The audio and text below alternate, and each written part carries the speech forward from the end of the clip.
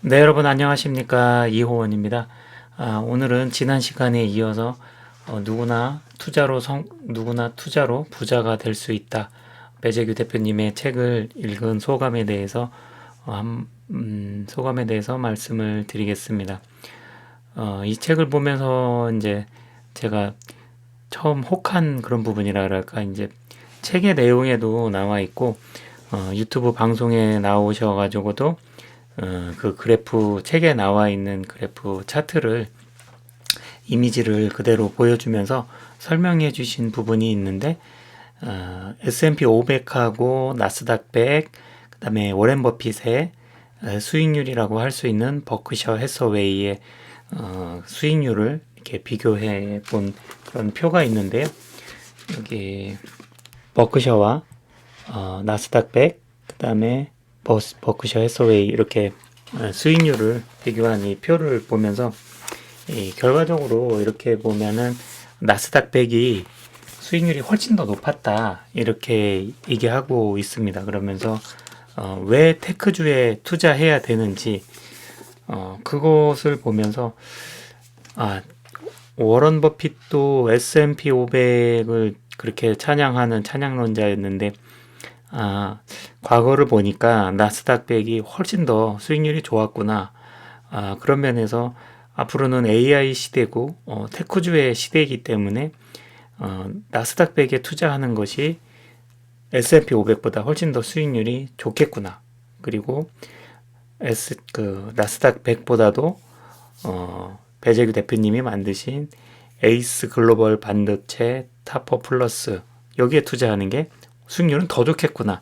약간 이제 그런 식으로 인식을 할 수밖에 없었는데요. 그래서 그것이 정말 팩트인가? 팩트 체크를 한번 해봤습니다. 제가 조사해 본 바로는 이제 좀 착시 현상에 편향적 오류가 있지 않나, 이렇게 첫 번째로 생각을 해봤고요. 그 과거 10년에 대한 이제 착시 현상이고, 책에서는 대략 2010년대 초반부터 현재까지 나스닥 100과 S&P 500을 이제 비교했을 때 나스닥 100이 압도를 했다고 그렇게 강조를 하고 있는데요. 여기에 숨겨진 팩트가 있어요. 지난 10년, 15년 동안은 인류 역사상 사상 유례가 없었던 제로금리 시대였고요. 그리고 이자가 거의 0%에 가까운 시대이다 보니까 돈이 굉장히 흔한 돈 복사 시대였던 거죠. 그 엄청난 돈들이 미래의 꿈을 먹고 자라는 기술주, 테크주로 몰려가면서 거대한 프리미엄 거품을 만들어낸 것이고, 그렇죠. 만약에 시계를 조금 더 뒤로 돌려가지고 10년, 15년이 아니라 2000년대 IT 버블 시대로 돌린다면 어떻게 됐을까? 그것을 생각을 해보면은, 당시 나스닥 지수는 고점을 찍고 무려 15년 동안이나 원금을 회복하지 못했다. 그래서 기술주가 무조건 시장을 이긴다라는 믿음은 그 금리 사이클이 바뀌거나 성장 속도가 정체될 때, 그리고 투자자의 그 시기에 따라서 10년을 장기 침체 속에서 빠진다 그러면은 아주 위험한 발상이 될 수 있는 그런 발언이다, 이렇게 생각할 수가 있을 것 같아요. 그리고 변동성에 대해서도 엔비디아를 샀을 때 300배가 올랐지만 10년 동안 300배가 오르는 동안 변동성이 크기 때문에 병이 들 것이다. 그래서 ETF에 투자해야 된다, 이렇게 얘기하고 있는데, 그것이 ETF에 투자하기만 하면은 변동성이 전혀 없다. 그래서 ETF는 무조건 안전하다, 이러한 의미로 잘못 오해를 할 수가 있다는 거죠. 저 같은 주린이한테는 ETF는 진짜 안전한 건가? 약간 그렇게 생각을 할 수 있지만, 테크주에 이렇게 모아져 있는 그런 ETF라면은 변동성이 결코 작지가 않다. 예를 들어서 나스닥 100이 수익률은 더 좋았지만 변동성을 비교를 한다 그러면은 S&P 500보다 변동성이 나스닥 100이 훨씬 더 높은 것이고, 그리고 반도체 ETF가 나스닥 100보다 변동성이 더 크다, 이렇게 볼 수가 있습니다. 그래서 ETF에 투자를 하게 되면은 그 변동성을 이길 수 있다라는 것도 좀 약간의 오류가 있지 않나. 그러니까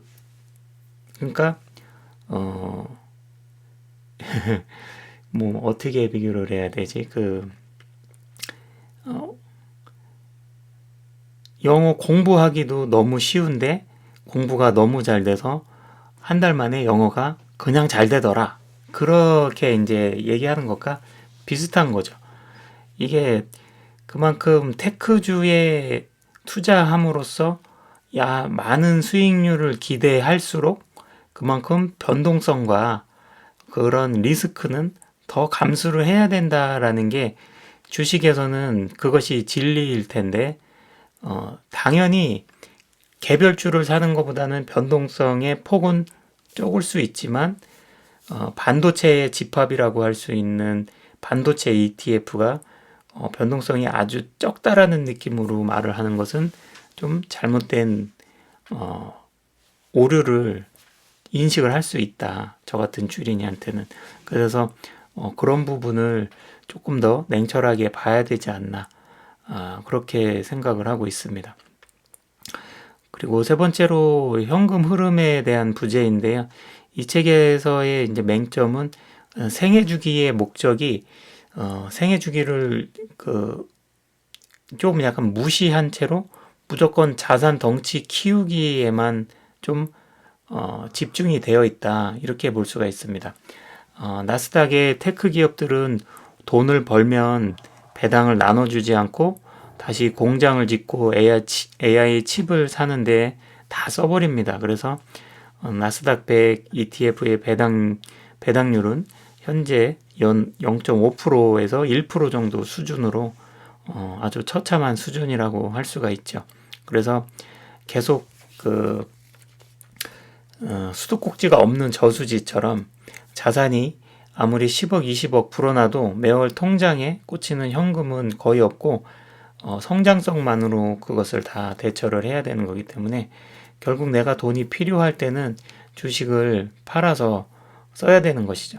만약에 황금알을 낳는 오리가 있다면 그 황금 알만 빼서 쓰면 되는데, 정작 알을 낳지 않고 황금알의 덩치만 계속 커지는 그러한 자산 배분을 하게 된다 그러면은 나중에 돈이 필요할 때 그 황금알을 낳는 거위를 조금씩 본체를 깎아서 써야 되기 때문에 그러면은 평생 모은 노후 자금이 점점 녹아내리는 거니까 단감 빼먹듯이 조금씩 빼먹다 보면 다 없어질 수 있지 않나.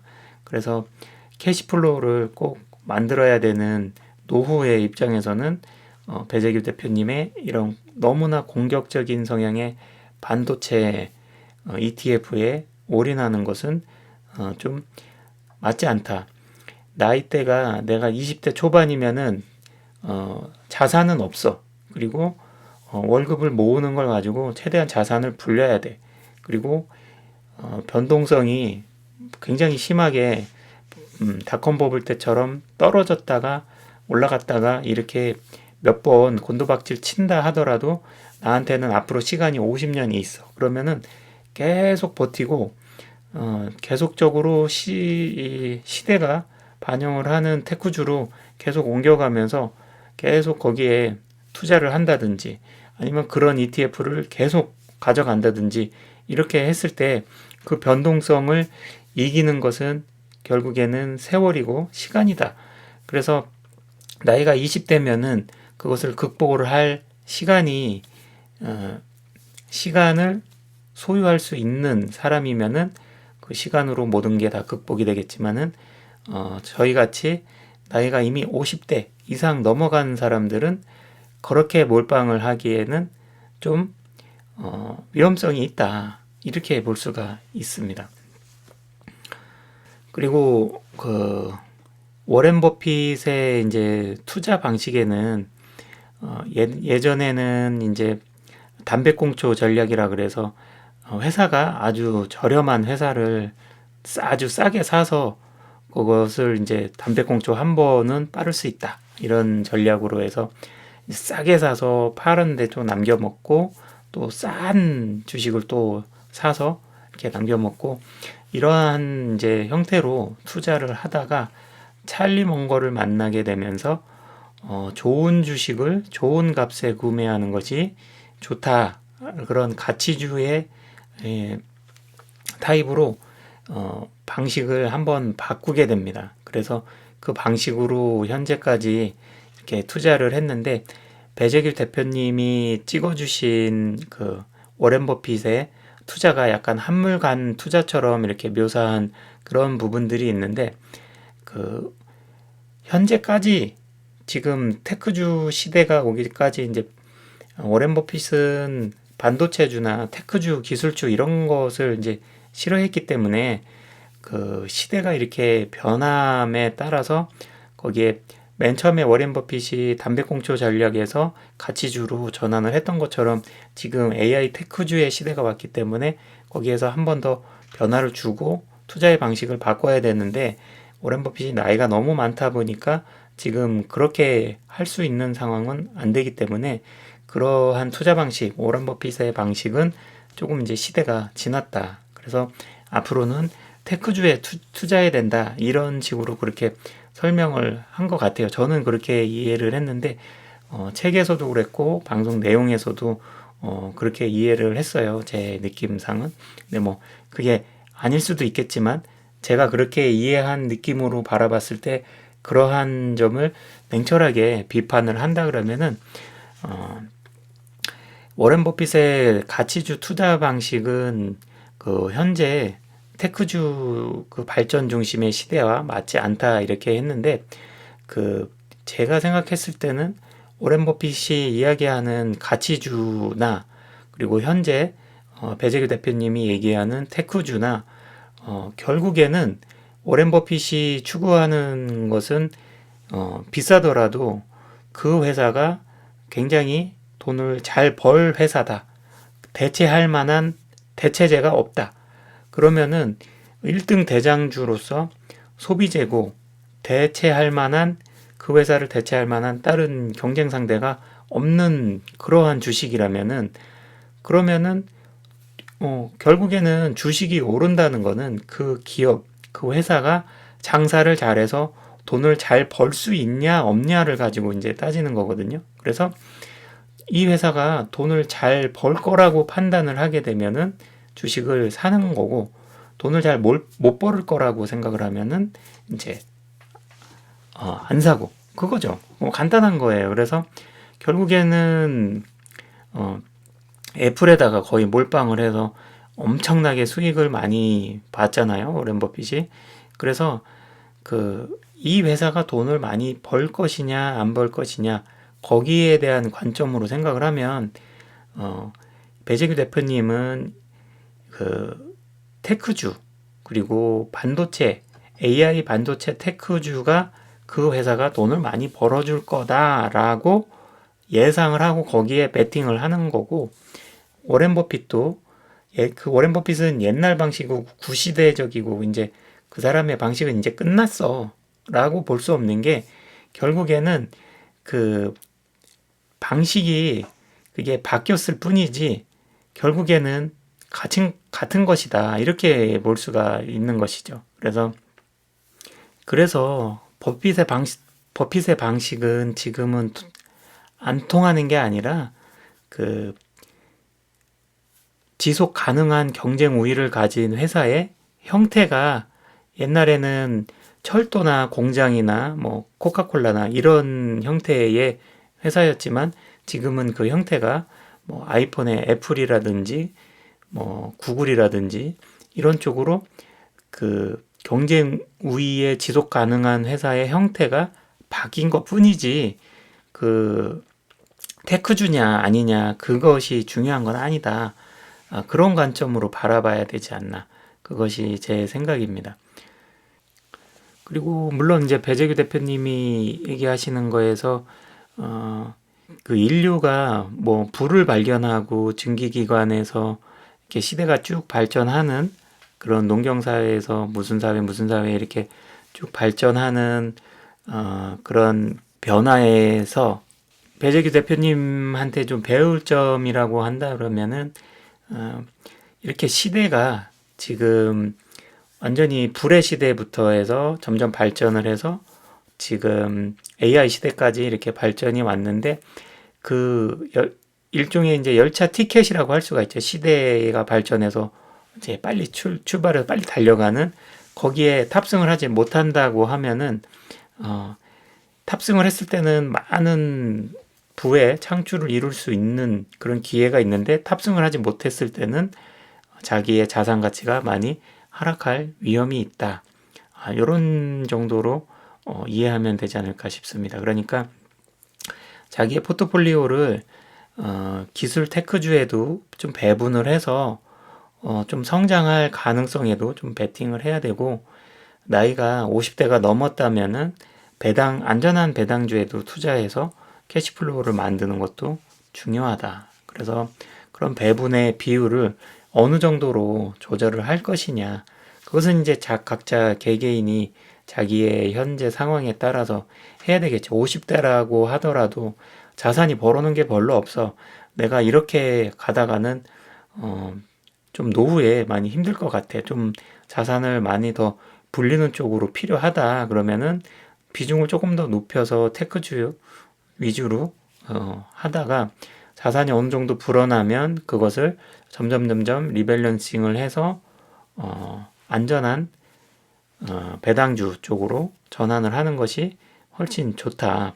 이러한 설명이 좀 곁들여졌으면은 아주 더 훌륭한 책이 됐을 것 같은데 배재규 대표님의 관점에서는 그 ETF를 운용을 하고 있는 대표로서 그리고 자기가 만든 에이스 글로벌 반도체 타퍼 플러스라는 상품을 판매해야 되는 입장에 있기 때문에 당연히 ETF에 대한 장점이라든지 기술주에 대한 장점으로 이렇게 설명을 할 수밖에 없다.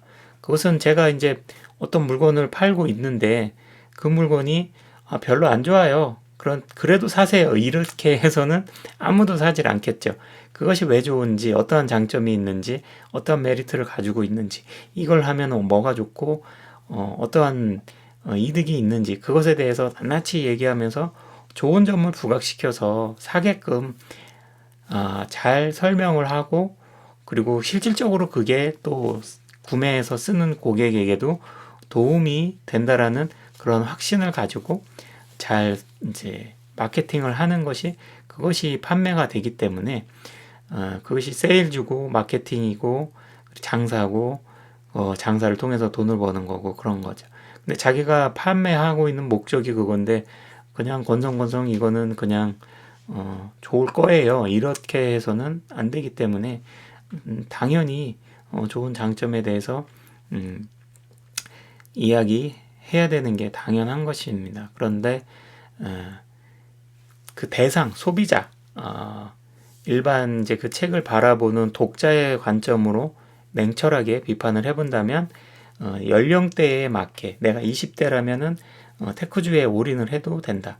내가 50대라면은 어느 정도 비율로 리밸런싱하고 포트폴리오를 구성을 하는 게 좋겠다라는 그러한 점들을 좀 수용을 해나가면은 훨씬 좋지 않겠다. 이렇게 생각을 해봤습니다. 사장에서는 성공 투자를 가로막는 7가지 함정이라는 아주 좋은 주제로 말씀을 하고 계신데요. 단기간에 돈을 버는 방법에 현혹되는 이유. 사람들은 기다리기를 싫어하고 당장 빨리 돈을 벌길 바라기 때문이다. 주가 예측은 쓸데없다. 전망과 예측에 의한 투자. 결국에는 이제 이 주가 예측에 의존하려는 인간의 속성, 단기적 주가 움직임 예측은 의미가 없다. 아무도 못 맞추는 거죠, 주식은. 테크 투자 강조 이유는 미래를 보여주는 가장 확실한 증거. 테크주를 강조를 하고 있죠, 여기. 예측과 전망의 실패 사례. 앨런 그리스펀 경고, 망명인은 중앙은행 총리의 신중한 경고조차 시장의 방향을 바꾸지 못한다는 사실을 보여주는 사례. 닷컴 버블 때 IMF 경제 침체 예측 성과. IMF의 경기 침체 예측 성과가 3%에 불과하다고 합니다. 실전에서 벌어지는 경기 예측 별 의미가 없다. 아무도 맞출 수가 없기 때문이죠. 증권사들의 연간 주식 전망. 전망은 시장을 예측하는 것이 아니라 시장의 심리를 반영하는 거울에 불과하다. 이게 계속 오르고 있으면 이게 좀 더 오를 거예요. 이렇게 얘기하고 계속 내려가고 있으면 좀 더 내려갈 것 같으니까 준비하세요. 이런 식으로 얘기를 하는 거죠. 전문가들의 예측. 누리엘 루비니와 짐 로저스의 사례. 2008 금융위기를 예측해 주목을 받았지만 그 이후로는 예측이 대부분 빗나갔다. 그러니까 우연히 금융위기를 예측을 해가지고 저 사람 말이라면 다 믿어도 되겠구나 해서 많은 사람들이 따라 했는데 결국에는 그 이후로는 한 번도는 아니고 대부분 빗나갔다, 그런 얘기죠. 그러니까 우연히 한번 맞춘다 하더라도 주식은 신이 아닌 이상 맞출 수가 없는 것이기 때문에 그래서 예측과 직업 정확성은 별개다. 방송에 나와 예측하는 사람 말이 맞다면 그는 방송에 나올 필요 없이 큰 부자가 되어 인생을 누리고 있을 것이다. 제가 제일 공감하는 부분이 이런 부분이에요.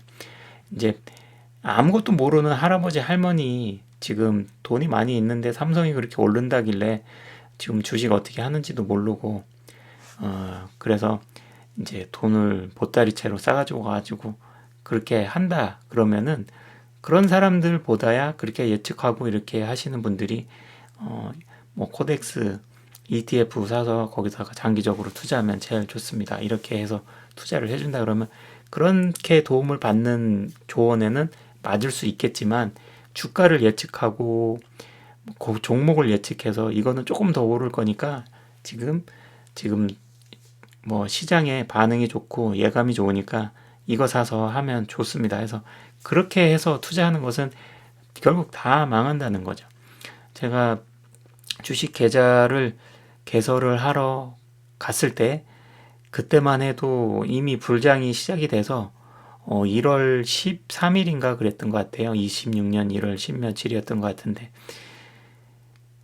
사람이 아침에 갔는데 차 댈 데가 없어서 여러 번 돌았고 그리고 대기 인원이 너무 많아갖고 오전 뭐 내내 기다리는 앞에 몇 시간씩 기다려야 되는 그런 상황이라 계속 기다리고 있었는데 옆에 있는 할아버지 할머니 오셔가지고 얘기하시는데 그런 얘기를 하더라고. 예전에 자기 남편이 주식을 했는데 계좌에 뭐 몇 천만 원인지 몇 억인지 있었는데 그게 주식시장에 가서 누가 뭐 이제 거기 있는 영업사원이 매니지먼트가 얘기를 했겠죠. 뭐 사라 뭐 사라.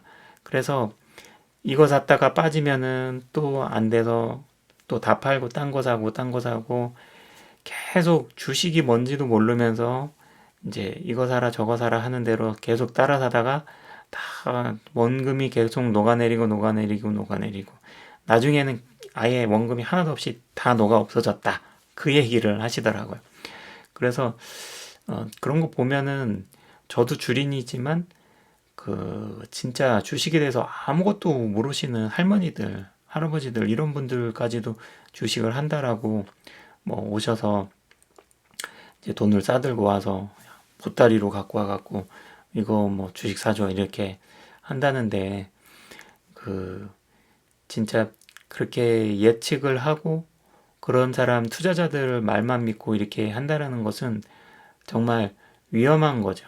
그렇게 하느니 차라리 S&P 500이나 코덱스 200 요즘에는 한국장이 더 좋은 것 같아서 지금이라면은 차라리 코덱스 200에 몇십 년 동안 쭉 투자하는 게 제일 망할 일이 별로 없지 않나 이렇게 생각을 합니다. 제 아무리 날고기게 그렇게 개인이 아무리 발버둥 쳐봐야 지수를 이기기가 별로 쉽지 않다. 지수를 이기기가 결코 만만치 않다 이렇게 볼 수가 있습니다. 그러느니 차라리 본업에 집중을 하면서 지수 투자하는 게 훨씬 더 나을 수도 있죠. 그것은 이제 개인의 선택이니까. 근데 그렇게 지수 투자만 해도 훨씬 낫다라는 것을 아는 사람이라면은 코덱스 200 ETF에 투자해놓고 몇십 년 지나면은 분명히 많이 오르겠죠. 그렇게 투자하면 되지만 투자자 말만 믿고 이거 팔았다 저거 팔았다 계속 샀다 팔았다 하게 되면서 원금이 다 녹는다면 그거는 정말 너무 안타까운 일이니까 그러지는 말아야 되겠다. 그런 생각이 갑자기 드네요. 그래서 성공 투자를 가로막는 7가지에 대해서 이제 뚝 설명을 하고 있는데, 레버리지 이용하거나 뭐 샀다 팔았다 하거나 주가를 예측으로 해서 맞추려고 한다거나 그렇게 하는 욕심들, 그런 것 때문에 다 이제 망한다는 거고, 대부분 보면은 망하는 사람들의 예시들이 보면은 결국에는 이거 카지노 하는 거예요, 카지노. 그래서 뭐 이제 홀짝 한다든지 떴다방 뭐 이런 것처럼 도박으로 그렇게 접근해가지고 뭔가를 주식 주가를 맞추려고 하는 그런 주식 투자, 이건 투기죠, 투기로서 접근을 하기 때문에, 그러기 때문에 다 망할 수밖에 없다. 그렇게 하는 것은 다 쓸데없는 거고, 그런 예측에 휘둘리면 안 되겠다. 그리고 정보에 의한 매매, 더 벌고 싶다면 더 읽어라. 본업에 독서를 통한 자신의 영역에서 성공을 주 목표로. 그러니까 본업에 대한 독서를 하면서 자신의 영역에서 그 성공의 영역을 더 넓히는 쪽으로 하라는 거죠. 오렌 버핏의 주주총회에서도 어떤 초등학생인가 뭐 젊은 사람이, 아주 어린 학생이 뭐 물었다고 하죠. 어디다 투자하는 게 제일 좋겠느냐 이렇게 물었더니 워런 버핏이 너 자신한테 투자하는 게 가장 큰 좋은 투자다 이렇게 얘기했다고 하는 게 생각이 나네요. 평균 회귀, 많이 떨어진 주식을 언젠간 다시 오르겠지 하고 장기 보유, 오르면 팔고 내리면 장기 보유. 일반인들이 투자를 반대로 하는 경우가 많다. 악기 판매의 비유, 악성 재고, 예전에 100만 원에 팔리던 것이 언젠간 팔릴 거야. 트렌드에 맞게 헐값에라도 빨리 처분하고 그 자리에 잘 팔리는 제품을 진열한다.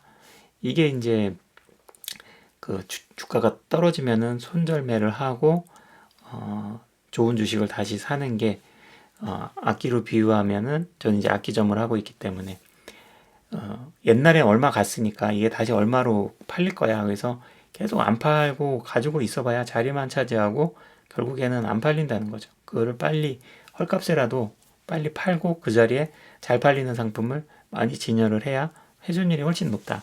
그건 이제 당연한 거죠.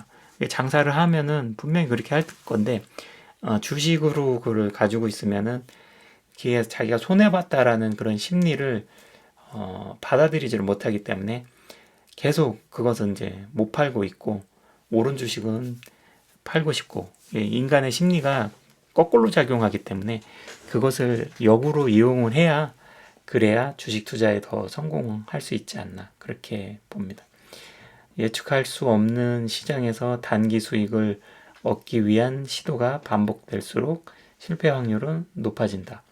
그래서 더욱 장기적으로 성장을 이어갈 대상이어야 하고, 또한 시장이 폭락해도 망하지 않을 대상이어야 한다.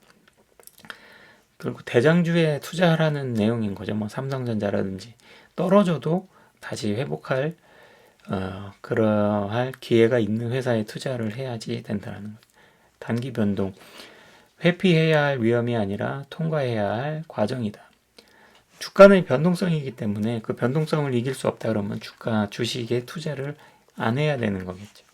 마켓 타이밍이 실패할 수밖에 없는 이유. 시장 예측은 전문가도 못한다. 한 번의 실수가 전체 성과를 망칠 수 있다. 복리의 마법을 놓치는 기회비용. 시장의 타이밍을 맞추려 하지 말고 우량한 자산에 시간을 투자해라. 처음부터 장기 보유할 수 있는 자산에 투자해야 한다. 제미나이가 직접 투자한다면 성공률은, 제가 이거 제미나이한테 한번 질문을 해봤는데 제미나이가 곧바로 0%라고 이렇게 대답을 했습니다. 그러니까 제미나이가 투자를 직접 한다 그러면은 투자에서 성공할 확률은 0%다. 그 이유에 대해서도 쭉 나왔었는데 그것도 아주 재밌었습니다. 그래도 그 캡처를 해놨기 때문에 다음에 기회가 되면은 그것에 대한 주제로도 한번 영상을 만들어 보죠. 글쓴이가 얘기하는 것은 미래 성장에 장기 투자해라. 맞는 얘기죠. 미래 성장에 투자해야 돈을 벌 수 있다. 미래 성장은 기술주의에 있다. 당연한 거죠. 뭐 시대가 발전하면서 모닥불 피워놓는 시대에서 증기기관이 나오고 마차가 나오고 그다음에 포드 자동차가 나오고 점점 뭐 전기차도 나오고 뭐 로보트가 나오고 했는데 거기에 장기 투자해야지. 뭐 지금 시대에 마차에 투자해서 돈을 벌 수 없는 건 당연한 거니까. 그리고 반도체라든지 이런 기술주는 변동성이 크기 때문에 변동성을 이겨내는데 도움이 되는 ETF에 투자해라. 이 부분은 약간 좀 이견이 있죠. ETF는 변동성이 없다라는 좀 잘못 이해할 수가 있기 때문에 그러니까 ETF도 어떤 ETF냐에 따라서 변동성이 다른 거고 반도체 개별주에 투자한 것보다는 변동성이 작을지는 몰라도 기술주의 ETF는 변동성이 꽤 크다. 그것을 알고 투자를 해야 되는 거죠. 일시적으로 저평가되었다고 생각하는 종목에 투자해라. 투자는 현재의 가격이 아니라 미래의 성장성을 보고 투자해야 된다. 이런 얘기는 조금 좀 뜬구름 잡는 얘기가 될 수 있을 것 같아요. 왜냐하면은 어떤 주식이든지 주식을 사려고 하면은 내가 사려고 하면은 이미 그 미래가 다 반영이 돼서 가격이 다 올라 있는 상태야. 그런데 거기에서 미래의 성장성을 보고 내가 정말 그 주식을 아직 반영이 되지 않는 아주 싼 가격에 그 주식을 발견을 할 수가 있다면 그럼 뭐 떼부자가 되겠죠. 그런데 그렇게 발견할 수 있는 통찰력과 그런 눈을 갖는 것은 그렇게 쉽게 되는 게 아니라 운도 따라야 하고 그리고 정말 많은 공부가 필요하겠죠. 그래서 차라리 지금에서 할 수 있는 것은 삼성전자가 20만 원이 됐다 하더라도 언젠가는 삼성전자는 계속 오를 거고 삼성전자는 망하지 않을 거야 라는데 베팅을 할 수 있다라면 거기에 들어가는 것이고 그렇게 생각하지 않으면 못 들어가는 거고 그런 거지. 지금에 와서 싼 주식을 찾는다라는 것은 결코 쉽지 않다. 저는 개인적으로 그렇게 생각을 합니다. 선동에 의한 투자, 대표적으로 22, 23년에 2차전지 관련 종목. 제 친구 한 명도 여기 2차전지에 들어갔다가 쫄딱 망한 사례가 있는데 이런 것은 이제 그 닷컴 버블 때처럼 거품이죠. 그래서 AI도 지금 거품이다 뭐다 이제 버블 그런 얘기가 많은데 잘 분별을 해야 되겠죠. 이게 지금 정말 버블인지 아닌지. 근데 일본의 부동산 버블이 왔을 때도 이 동경을 팔면은 미국을 다 살 수 있다 할 수 있을 만큼 그렇게 그런 거는 정말 이제 뻔한 버블이죠. 그리고 버블이라는 거는 돈을 벌고 있지도 못한데도 불구하고 굉장히 많이 이게 주가가 올라 있다 그러면은 버블이 껴 있다고 생각을 해요. 그래서 엔비디아가 지금 아무리 비싸도 지금 시가총액 1위잖아요. 그런데 계속 돈을 잘 벌고 있기 때문에 버블이 아니다. 저는 이제 개인적으로 그렇게 생각을 하는 거죠. 그래서 엔비디아에도 분할 매수로 매수를 하고 있고 엔비디아에도 주식을 가장 고점이지만 그래도 들어간다. 투자할 수 있다. 이렇게 생각을 하는 겁니다. 제가 아무리 장사를 잘하고 아무리 진짜 날구기는 재주가 있어도 영업이익률을 50%, 60%, 70% 그렇게 보고 판매를 한다? 그것은 내가 어떤 장사를 해도 50%, 60%, 70% 그렇게 남게 할 수 있는 장사는 내 능력으로는 이 세상에 없다. 하지만 엔비디아의 영업이익률이 6, 70%가 그렇게 된다 그러면은 아직도 돈을 많이 벌고 있구나. 그리고 이렇게 투자를 많이 하고 있는데 앞으로도 장기적으로 그 영업이익률을 계속 낼 것 같아 라고 생각을 한다 그러면 거기에다가 투자를 할 수가 있는 것이죠. 그래서 저는 거기에 베팅을 했다. 순환매 투자와 가치주 투자, 미래성장에 장기 투자하라. 장기 투자하라. 최근 30년은 모두 나스닥 100이 수익률이 버크셔 S&P 500보다 좋다. 이렇게 이제 책에서 얘기하고 있는데 이것은 약간 착시 현상의 오류가 좀 있다. 개인적으로 그렇게 분석을 해봤고 왜 그런지에 대해서 영상 초반에 설명한 내용이 그 부분이 되겠습니다.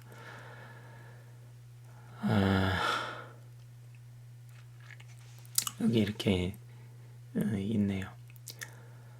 그래서 영상 초반에 설명한 것이 이 나스닥 100, 그 다음에 S&P 500, 그 다음에 버크셔 해서웨이 수익률을 비교해 봤더니 나스닥 100이 월등히 높더라. 그렇기 때문에 기술주에 투자해야 된다. 이렇게 했는데 이 기술주라는 것은 앞에 설명해 드렸다시피 이 시대를 돌려서 자기가 재수없게 닷컴 버블 때 걸렸다. 그러면은 15년 동안 그 주가를 회복하지 못했기 때문에 저 같은 경우는 이제 50살인데 앞으로 15년 동안 회복하지 못한다 그러면은 이제 65살이 되니까 굉장히 데미지가 크겠죠. 그런데 20대 초반이다 그러면은 15년이 그렇게 말아먹었다 해도 앞으로 15년, 20년을 말아먹었다가 다시 올라가서 쭉 회복이 된다 그러면 회복할 기회가 있지만 50대, 60대에는 그럴 만한 기회가 없다. 지금 AI 버블론에 대해서도 계속 얘기가 나오잖아요. 그런데 버블이 아니다라고 생각을 하기 때문에 거기에 베팅을 하지만 그게 정말로 그렇게 시대가 갈지 어떻게 될지 미래는 아무도 모르는 거기 때문에 거기에 100% 올인을 해서 그렇게 투자를 했다가 나쁜 결과가 오게 된다면 그 피해는 자기가 평생 벌은 돈이 다 거의 대부분이 소진이 되는 다 그냥 없어져 버리는 그런 결과가 될 수도 있기 때문에 굉장히 조심해야 되고 그런 면에서 기술주가 돈을 벌 수 있는 기회인 것은 그것은 엄연한 명백한 사실이지만 더 안전한 자산의 비중도 자기 나이에 비례해서 50살이라고 하면은 기술주를 한 20%에서 50% 이내로 뭐 2대 8로 제미나이한테 물어보면은 약 2대 8로 하라고 합니다. 20%는 기술주, 80%는 안전한 쪽에 투자를 하는 것이 좋다 이렇게 추천을 하더라고요. 그래서 그런데 현재 50대든 60대든 뭐 70대든 40대든 지금 당장 모아놓은 돈이 별로 없어. 그런데 어디가 돈을 벌까라고 눈이 뒤집혀서 이렇게 찾아가지고 돈을 더 불려야 되고 배팅을 해서 그렇게 생각을 한다 그러면은 앞뒤를 돌아보지 않고 더 가장 많이 벌 수 있겠다고 예상이 되는 데다가 몰빵을 할 수밖에 없는 거죠. 왜냐면은 거기에서 돈을 키워야지 되고 빨리 해야지 되고 급하고 이렇게 하기 때문에 그럴수록 더 실패율이 적어진다. 그게 투자자의 관점이고 잊지 말아야 될 명심해야 될 그럴 이론인 것입니다. 앞에서 다 이 책에서의 내용에 설명한 그런 내용이 그렇기 때문에 주식을 투자해서 돈을 버는 게 아니라 자기 본업에서 열심히 일을 해서 거기에서 축적한 자산을 어떻게 더 안전하게 지켜가면서 은행 수익률을 이기고 조금 더 그 수익률을 증가시킬 수 있는 방법이 뭐가 있을까? 그렇게 해서 주식 투자를 하는 것이지, 주식 투자를 해서 돈을 많이 벌자 이렇게 관점으로 접근을 해서는 망하는 길로 빨리 달려가는 것밖에 선택을 할 수밖에 없다. 이렇게 볼 수가 있습니다. 그러니까 하루라도 빨리 시작을 한다라 그러면은 했다 그러면 20대에 이런 거를 접하고 주식을 접해서 시작을 했다 그러면 그 사람은 굉장히 운이 좋은 사람일 거고, 장기적으로 쭉 오랫동안 간다 그러면은 50대, 60대가 됐을 때는 몇십억 부자가 돼 있을 것은 기정사실이다. 이렇게 볼 수 있을 것 같아요. 오늘 이야기를 하다 보니까 목이 너무 아프고, 사장에서 이제 원래 목표는 4, 5, 6, 7, 8, 9, 10 마지막까지 달려보는 게 목표였는데 목에 한계가 와서 더 이상은 어려울 것 같습니다. 그래서 나 혼자 이 책의 독후감에 대해서 쭉 말씀드려보는 것도 재미가 있었고, 이란 전쟁 때문에 많이 시끌벅적한데 올랐다 내렸다 하는 그런 이제 롤러코스터장에서 단 한 주도 팔지 않았고, 전쟁은 언젠간 끝날 거고, 그리고 4주 후면 지금 2주 정도 됐는데 이제 4주 정도라고 얘기를 했으니까 이제 2주 정도 남았네요. 제가 예상을 한 감히 예측을 한 그런 기간이 2주 정도 남았는데, 그 안에 빨리 전쟁이 끝나기를 바라고요. 빨리 안정화가 돼서 다시 원래대로 회복이 되기를 기대합니다. 그리고 개인적으로 방탄소년단 BTS의 작은 팬이죠. 저도 BTS의 음악을 좋아하고 즐겨 듣고 암이라고 감히 얘기할 만한 그러한 팬으로서 어떤 기본 자세나 이런 거는 없어요. 그냥 BTS 음악이 좀 괜찮다.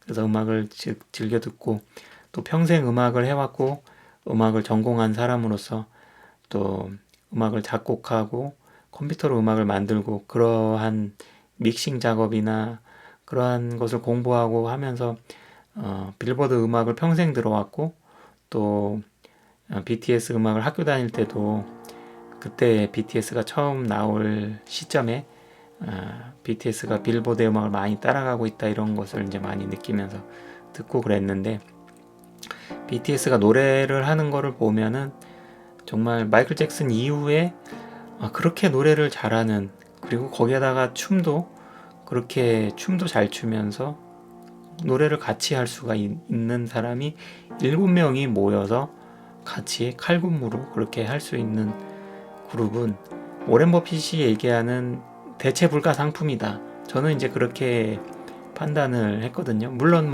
다른 아이돌 그룹 수도 없이 많고 하지만 BTS는 전 세계의 어떤 그런